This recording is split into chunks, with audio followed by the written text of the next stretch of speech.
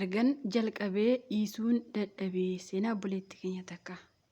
Gara seenaatti sun darbiin dura sagalee xiqqoo irraa isin dhaggeeffachiisa. Mucayyoon sagalee teennaa ergite barreeffamaan xiqqoo malee ergine irra caalaan sagaleedha. Xiqqoo irraa isin dhaggeeffachiisa.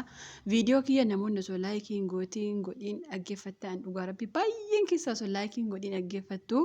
nama laayikii godheef nama godhiin beekama waan ta'eef yeroo viidiyoon isinitti tolu laayikii gochuu hin dagatiina.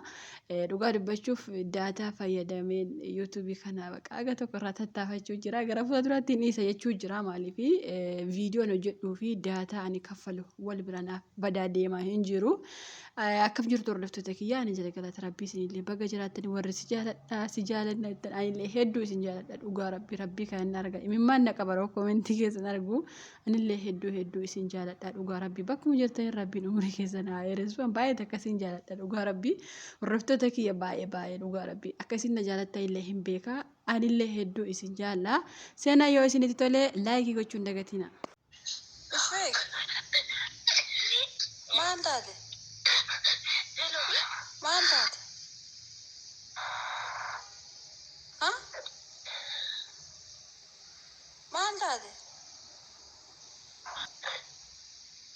Guyyaa kaleessa qaxxitaa daawwalee fi ture yeroo sana ishee dhimmaaniif dubbachuu dadhabdee har'a galuu sagalee xinnaaf keessa seenaa obboleettii keenya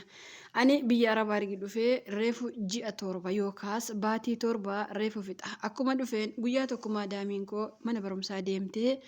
ilma ishee fi abbaan isaa mana keessa waan jiraniif anis shaayiitti hojjedhee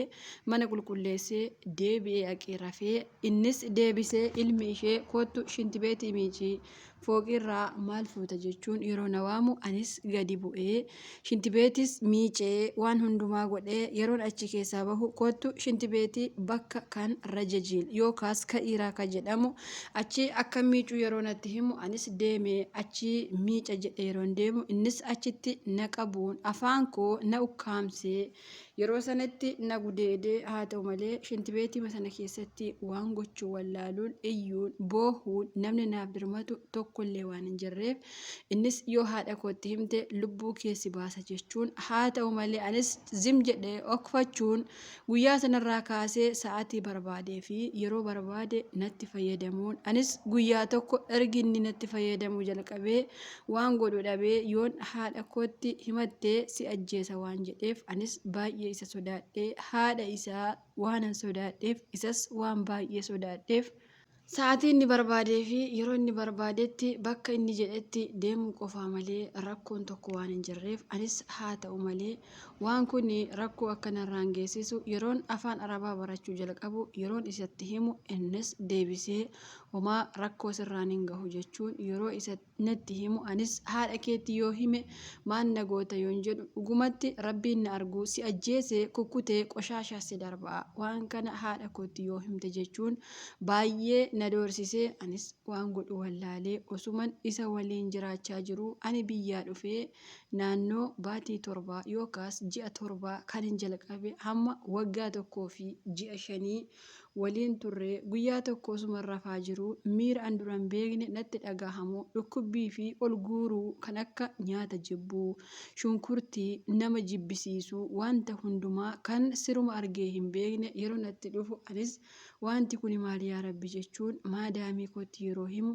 maadaamiin koos akkamsi godhaa naan jettee na qorachuu waan eegalteef lakki amma fayyee qorra na dhayeta hin beeku kaleessa mataa koo miiccadhee munkeeyyafa jala rafee jechuun dubbii yeroon qabbaneessu maadaamiin koos akkas taanaan gaariidha jettee ilma ishees waan hin shakkineef abbaa manaa ishees waan hin shakkineef ani garuu duraanuu isa waliin waanan tureef guyyaa jalqabaas yoo ta'e hamma ammaatti dirqiin guyyaa jalqabaa dirqii ta'us yeroo 2-3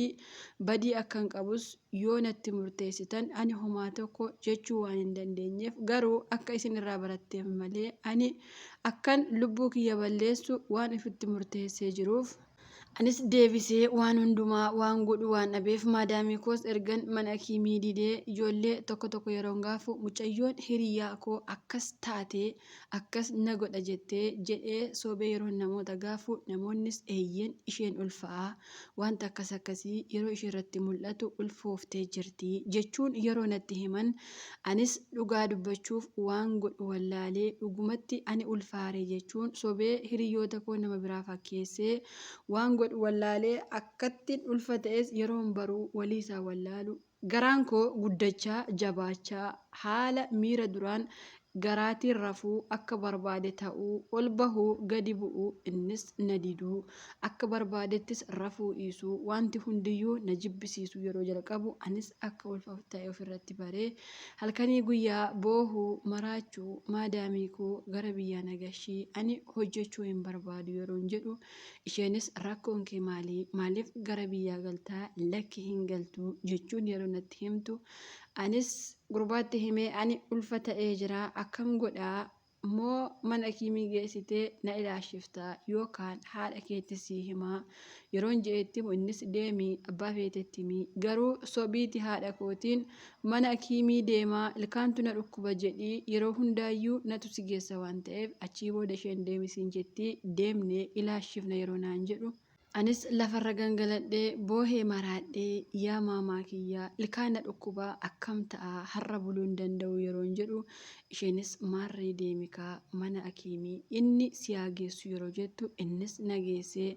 mana kiimii deemnee waan hundumaa yeroo ilaashifnu ulfa ji'a 4 fi torbee 2 yeroo natti himan anis addunyaa wallaalee akkan ta'us waan hin godhus yeroo wallaalu innis asitti si gateen deemaa manatti hin galtu yeroo naan jedhu anis hadaraa kee manatti nagashii qarshiillee manaa qabaa moobaayilii koos fidadhee hin dhufne hadaraa rabbii jedhee yeroo sakadhu innis manaan nagahee haadha isaatiin ani nan badaa mana kana keessa hin taa'uu sarraatanyaan waan isheen na gootu hin beekuu abjuu kootiin inarra deemaa bultii na doorsiftii waan isaa hin beeku jedhu haadha kootti yeroo himatu haati koos ilma koo biraa hariiroo maal qabdaa maaliif si sodaataa maaliif abjuutiin isa rifachiifte yeroo jettu ani maal beekaree namni abjuutiin nama rifachiisus hin jiraayii lakki anoon beekuu jedhee yeroo isheetti isheenis uftee kushinaa keessatti morma koo qabdee ati ilma koo ijji kee irra jiraahii ati baalageedhamoo nama gaarii si se'ee mana koo sitti amanee deemaa yeroo isheen naan jettu anis lakkii amaamaa waanii fi rifate hin beeku malee wanta akka isattis dubbadhee hin beeku nattis dubbatee hin beeku rabbiin na argu jedhee yeroo isheetti himu isheenis achii kaastee shakkuu eegaltee ulfi koos naannoo baatii 5 yookaas ji'a 5 haga ji'a 6 yeroo gahu ofiiyyuu ulfi hin okatu mitiire ofumaa guddachaa waan deemuuf maadaamiin koos narratti bartee guyyaa tokko koottu meeshaa ol baasee yeroo naan jettu anis meeshaa sana ol fuudhuu yeroo dadhabu ati rakkoo qabdaa jettee dirqama mana kiimii deemtaa ka'ii yeroo naan jettu ilmi ishees waan beekuuf lakki mana kiimiin geessinii faayidaa maal qabdii gara biyya ishee gashii jechuun waan hundumaa yeroo isheetti himu isheenis ishikaa isamoo kun nurraa haa baatu ani silaayyuu hin barbaadu baay'ee na sodaachifti abjuutiin na rifachiistee sarratanyaa biraa malee kan nurraa baasi jechuun haadha isaatti yeroo himatu haati isaas jecha koo hundaa fi waanan isheetiin je'e bishaan itti naqxee waan hundumaayyuu hankoo tuffattee ilmi ishee maal akka ta'e beekuu baattus ilma kootiin ati kana sana jechuu baattus ati rakkoo cimaa qabdaa gara biyyaa si gashaa yeroo isheen naan jettu anis ishii jedheen guyyaa maadaamiin koo otoo raftuu meeshaa mana keessa moobaayilii koo fi uffata koo hundumaa fudhee osoo isheen rafaa jirtu akkuma isa bakkuma tokko sibaalaa yookaas qoshaashaa gatuu mana sanaa badee ijoollee oromootti daawwaladhee koottaa na baasa yeroo jedhu isaanis ufanii na baasanii mana arabaatii ulfa sana fudhee bahee amma dahuuf baatii 8 yookaas ji'a 8 keessa waan hin jiruuf anis waan godhu wallaalee yeroo sana halkaniif guyyaa waan hin boohuuf amma garuu mana sanaa bahee ijoolleen ani bira jirus ati diqaalaa fiddee ufteettaa bahii inuma ati oromoof hin ulfoofne nurraa bahii jechaa waan jiraniif ani yeroo dahu gara biyyaa fuudhee galamoo nan gatamoo dhugumatti mucaan kun keenya miti jedhee namni baay'een ittiin waan arrabsuu danda'uuf anis dhugaa dubbachuuf ulfi kun akkanarraa bahuuf ol bahee gadi bu'ee gaazii yookaas ruuzii kiiloo meeqa makiinaarraa buusee homaa tokkoyyuu guyyaa tokko ukkuballee waan hin agarreef amma maal gochuu akkan qabu wanta akkallee waan hin jirreef furmaanni koo taa'ee baatii 9 yookaas ji'a 9 koo fixadhee mucaa kana dahuu qofaa waan ta'eef maatiin koo daawwalanii qarshii nuuf ergii akkas taane sana taane ronaan jedhan anis waan itti deebi'e. Ani ofiiyyuu rakkachaa jira maadaamiin koo qarshii naa laachaa hin jirtu jedhee maatii koo hundumaa shaawadee ijoollee bira taa'aa jira. Haa ta'u malee namoonni baay'een akkamitti deessaa akkuma ta'u ta'ii yookaas akkuma gootu bu'ee ofirraa baasii jedhanii na gorsanis ani garuu ulfi kun yookaan mucaan kunis guddatee waan jiruuf akkatti baasu dhabee rakkachaa waan hin jiruuf mucaa kanas yoon dahee eessa akka dhaqadhu waan hin beekneef mee namoonni fala yookaas kanatu si baasuu danda'a akkam gochuu qabu yaada keessan naaf qoodaa galatoomaa itti obboleettiin keenya mucaa kana qaxxitaallee daawwaleef hin jira. Dhugaa dubbachuuf qaxxitaa daawwaleef jira sagalee isheellee baay'eetu na bira jira maaliif sagalee namaa yeroo tokko kaa'uun waan gaariidha